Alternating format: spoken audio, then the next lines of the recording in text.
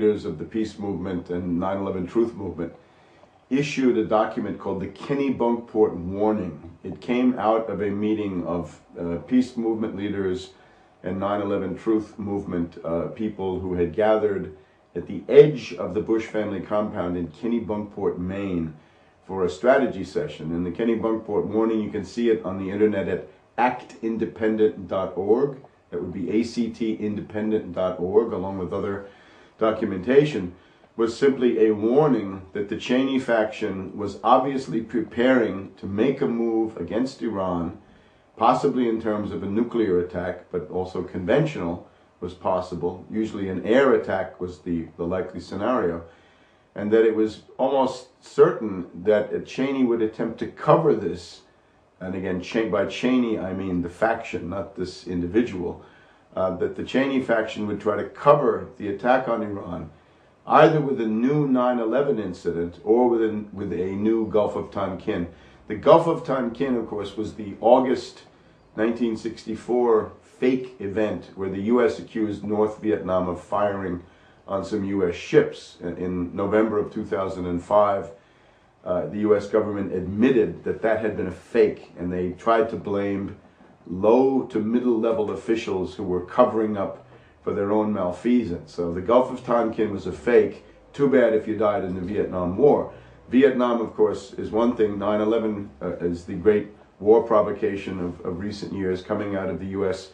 intelligence community, as everybody by now should know. What Cheney has been thinking about is a new 9/11 on a wider scale, a super 9/11, which would be conducted quite possibly with nuclear weapons. Cheney has said now several times this year that his nightmare is a terrorist attack carried out no longer by terrorists with box cutters and airline tickets, but rather with a nuclear weapon in a U.S. city. So that the Cheney doctrine, as we've known it for the last 2 to 3 years, is essentially terrorist act in the United States, blamed on Iran, attack on Iran, and then the option of some kind of martial law or state of emergency inside the United States. So we essentially, in very succinct sentences, warned that this was the issue.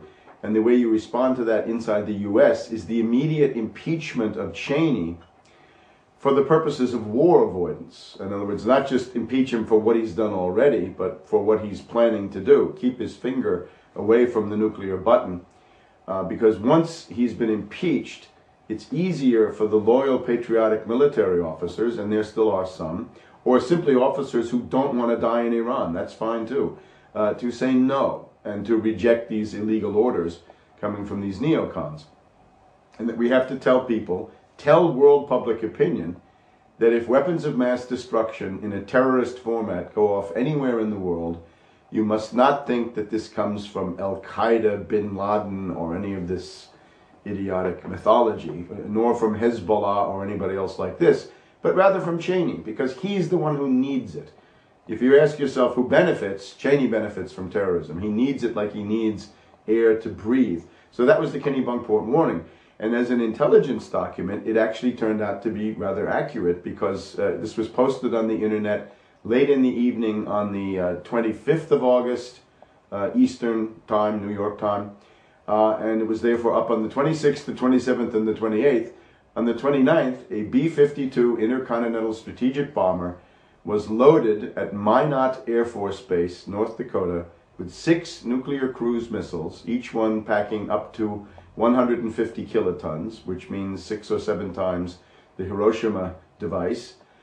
And on the following day, August 30th, these were flown across the United States to Barksdale, Louisiana, which is traditionally, operatively, the jumping off point for air attacks into the Middle East. So we can imagine a B-52 bombing run that could be simply a round trip in the air.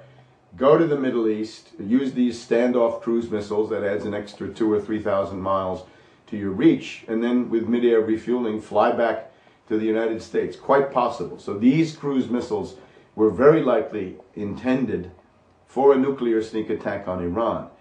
And we know from what the Israelis did later on September 6th, they did attack with Air Force planes into Syria, and possibly they were intending to get to Iran. Now, the B-52 story, I think, is a huge issue. Again, the plane was loaded on the 29th, it got to Barksdale on the 30th, and there it was stopped. And this, I think, is the great story of our time. How was it stopped? Well, for some reason, 3 days after the Kennebunkport warning went up, a group of Air Force officers and others apparently said no. They rejected the illegal order. They did not want to become Nuremberg criminals or war criminals by carrying this out, and they stopped the plane.